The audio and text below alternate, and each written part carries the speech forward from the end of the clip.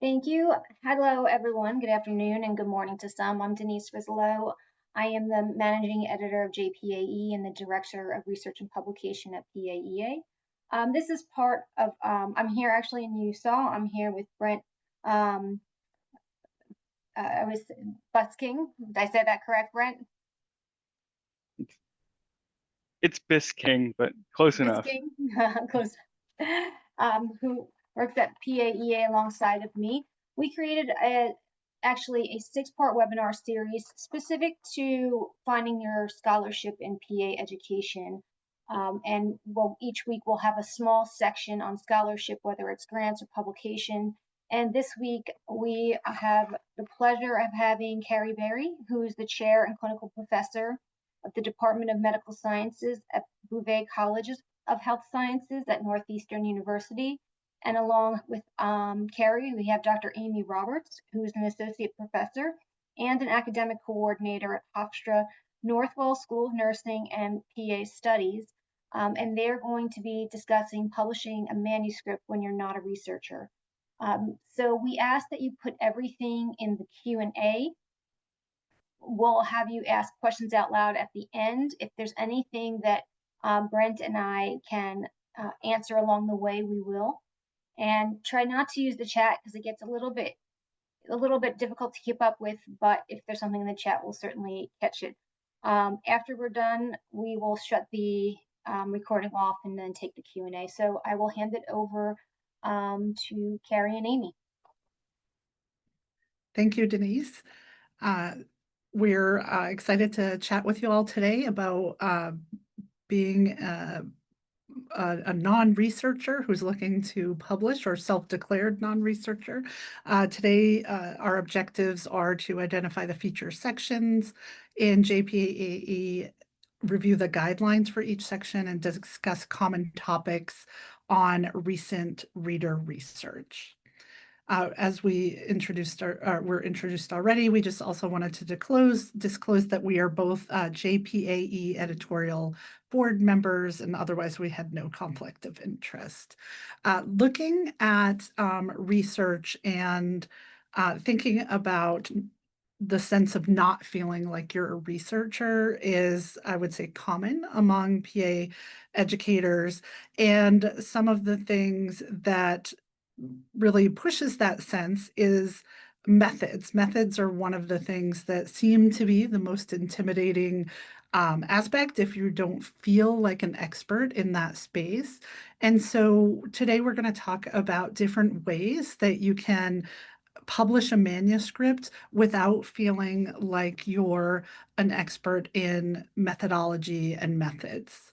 A couple of ways that you can look at things are, everyone here is a domain expert. So you all have expertise in PA education and in PA clinical practice.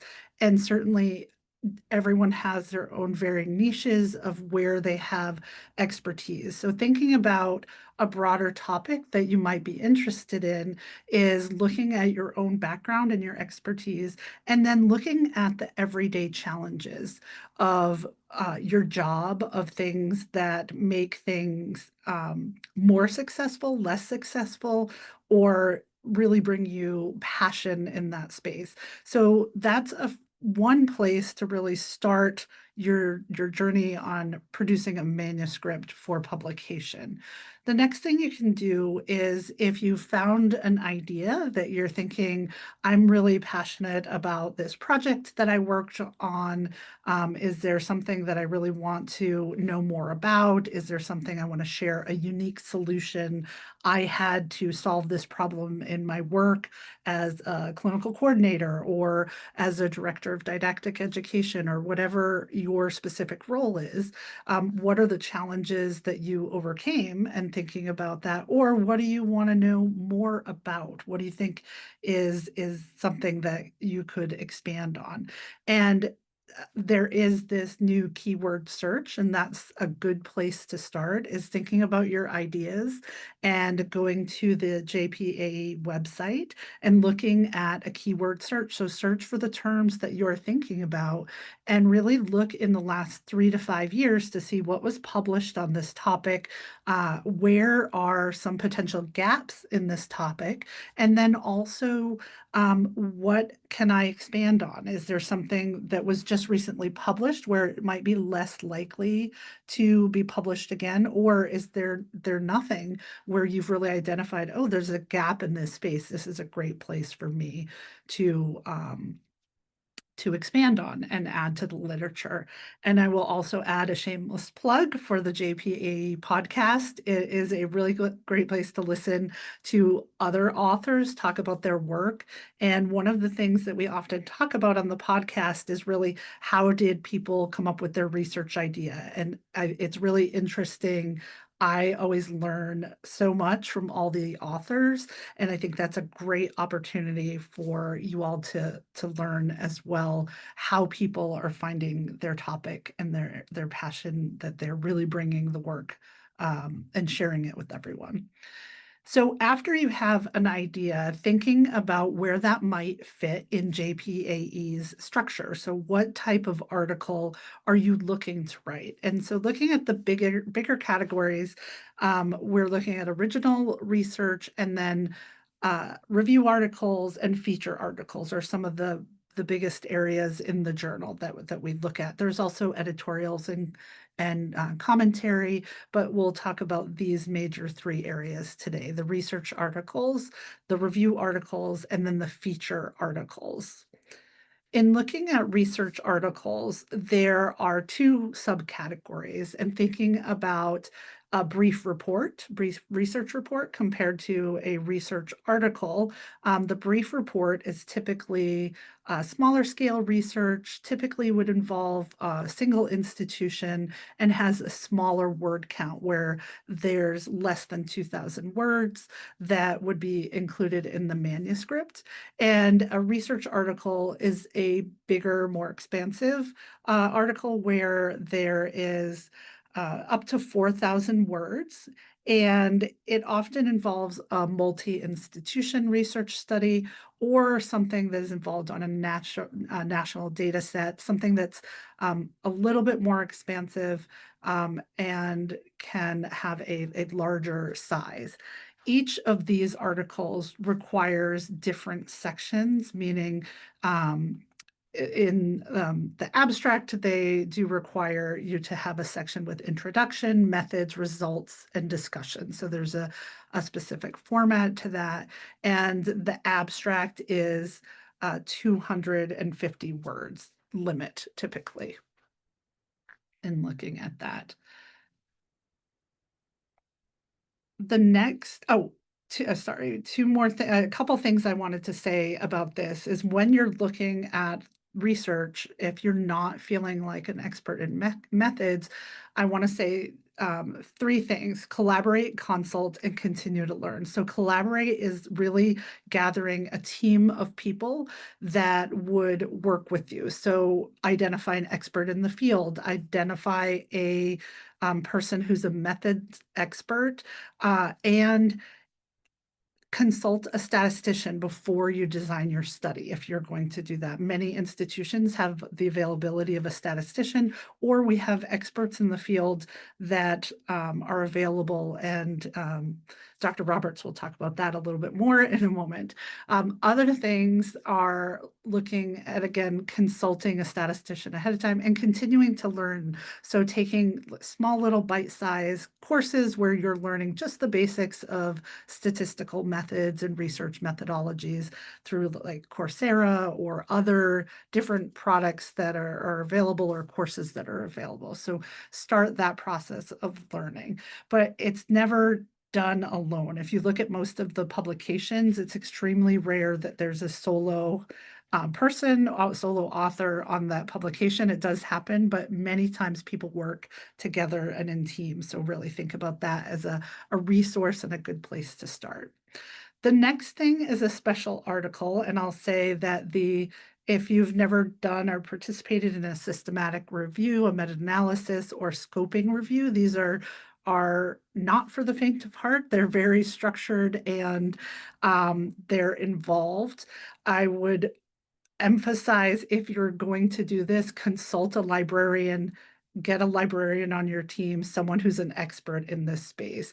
A systematic review is great for answering specific research questions where you go in with a question, you have a systematic review of the literature using Prisma guidelines. So there's a specific way in which you use the guidelines to review the literature and then come to a conclusion about your research question, where a scoping review is a more broad research question to just explore what is known about the topic. So those are two different options.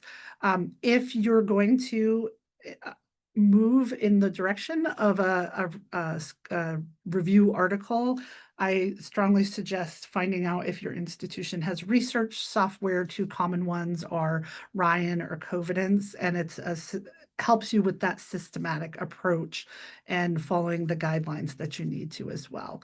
And this is something that really minimally you would need 2 to 3 people, but ideally 3 to 5 is a good team to work on a scoping or on a systematic review. And I want to re-emphasize, don't forget to consult a librarian, because it's really, they are key members of that team.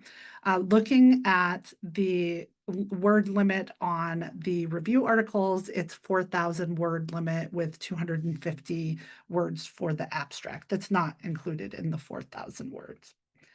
And the last big category we're going to talk about is the feature articles. So the other section that could be addressing different issues or challenges that you've identified in your initial thought process, looking through these specific feature articles to say, does my idea fit with one of these? Is there something that I want to talk about that reaches here? Some key tips for this I would have is read examples in the journal. So find out what other people are writing about. And then also contact the feature editor. If you have a specific topic that you want to write about, I would reach out and contact the feature editor for each of these categories and say, I'm thinking about writing this, and we will the feature editor can communicate with you in that way. I just want to highlight a couple. One is best practices in PA education, and that is really talking about different strategies for teaching, pedagogy, different techniques that the program conducts assessment, or anything that involves the learning environment as well. Another section to highlight is compliance strategies. Is there a unique way that your program or you have developed to demonstrate compliance with the accreditation standards? So is there something that you can share that's worked for your program? And then another category that I also think is really interesting is lessons learned.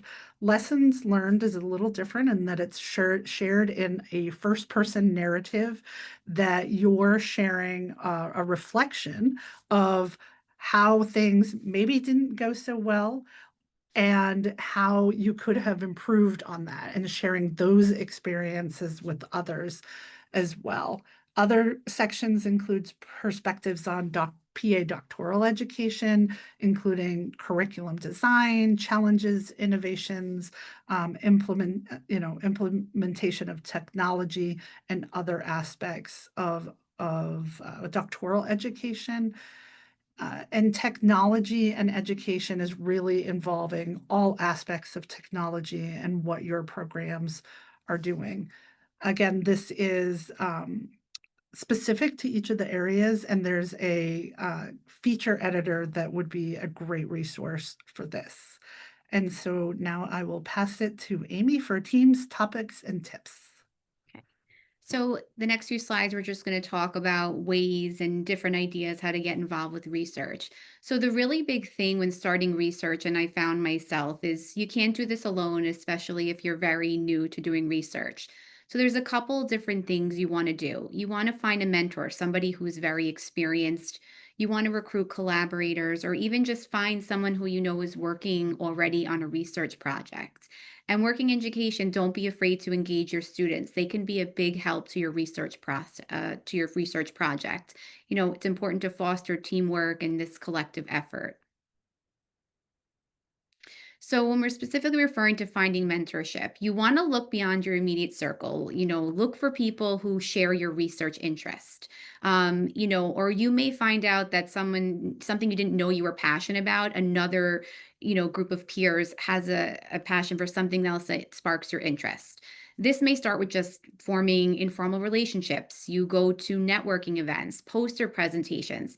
This is what will help pique your interest and help you find what your passion because with research, that's the most important thing. It's finding something you're really passionate about, but at the same time, that's a hot topic that readers want to learn about. Look for someone that has experience in publishing because that's really important when you're starting off. You want to find someone that's going to guide you and basically just show you the ropes and is really open to guiding beginners and someone who's new to research. That's how I started off as well. And just this is a big thing about giving back. You want to give back to people in the field, to your profession, to your audience as a whole. So, another big thing is recruiting collaborators or joining a team. You want to leverage professional networks. You want to use your practical experience to identify real world issues that you want to research on. You want to look outside your scope. We don't have to limit our research to working with only physician assistants. Look for everyone in different specialties. Interdisciplinary partnerships are extremely paramount when we're doing research. And starting with a small collaboration is really important. Sometimes starting off in a small group can be less overwhelming than if you join these huge research projects when you're first starting off. And important with any research group, you want to clarify expectations up front. What are you looking to learn? Do you share the same goals and interests as the group that you're joining? And look for perhaps some groups that have already started research, they're already existing, and ask to join them and see what you can contribute to the team. Engaging students is also a really big, important part of research because we know mentorship matters. You can get this through PAEA. You want to foster student engagement. You can do this either through a curriculum or maybe students that are about to graduate in other programs. They can really contribute to topics and help you do a lot of the work as well. Also, institutional design helps. You want to embed research opportunities in coursework. This can be done through capstones, journal clubs. Journal clubs are excellent. They help, students critically appraise research and helps them prepare them later on when they're doing research projects. Peer-driven initiatives, student groups, they help build interest without this heavier curricular burden. Also, look for organizational involvement. Look for national opportunities. Are there grants through universities? Are there state opportunities for grants? What are some different leadership opportunities to build your research skills? Are there online communities or different resources or conferences that you can join? So the big thing, like I said before, is not only finding something you're passionate about, but hot topics. And just we have listed a few here that are really important to research and what the audience is really looking to learn about in the last few years. A big thing is curriculum design. So look at, researching different things like skills like POCUS or empathy training. These have been really hot topics in the last few years that readers are looking to learn about. Flexible learning, hybrid delivery, especially since COVID, this has been a big thing. Innovative digital note taking. I know I don't have it listed here, but AI is a really upcoming topic. Well being as well, faculty and student. We want to look at burnouts, retention rates, leadership support. University resources. This is also another topic that has really sparked research interest. Equity in education and academia. How much access do we have to mentors? Authorship barriers and inclusive curricula, which are all very important topics that today's readers are interested in. So a big thing, a lot of us now in the PA profession are going to get doctorates, and a lot of us are looking, well, now that I've come up with this dissertation and I've put all my heart and soul into this, I want to get this published. But a big thing is obviously we know dissertations are extremely lengthy, and just coming from my own experience, I wanted to get this published, but it can be very overwhelming when you're looking at the number of pages in in a dissertation. So the big thing is you want to transform it, just don't reformat it. So you want to somehow get out of this dissertation. I want to identify a clear focus and shorten the content. So big things. You obviously want to keep this essential background. You want to have the readers understand clearly what the methods were and the main results. And while our discussions are lengthy, but still have a concise conclusion and discussion. Okay. You want to identify an appropriate article type as well. Where would my dissertation be appropriately submitted to? Because that's a really big thing. You want to submit your manuscript to the appropriate area. You want to highlight your findings and implications for PA education. And a lot of times you can get not just one, but two publishable articles from a dissertation. And you want to also pick somebody, collaborate with a faculty advisor mentor. That's really important. It's also something that I did when I got my dissertation published, because a lot of times it's hard for you to cut down your own content because you were so passionate about it. You find that everything you wrote was important. So it's good to collaborate with that advisor or mentor to help you so they can assist you with cutting down this content. It's just important to keep it focused, clear, and relevant to your audience.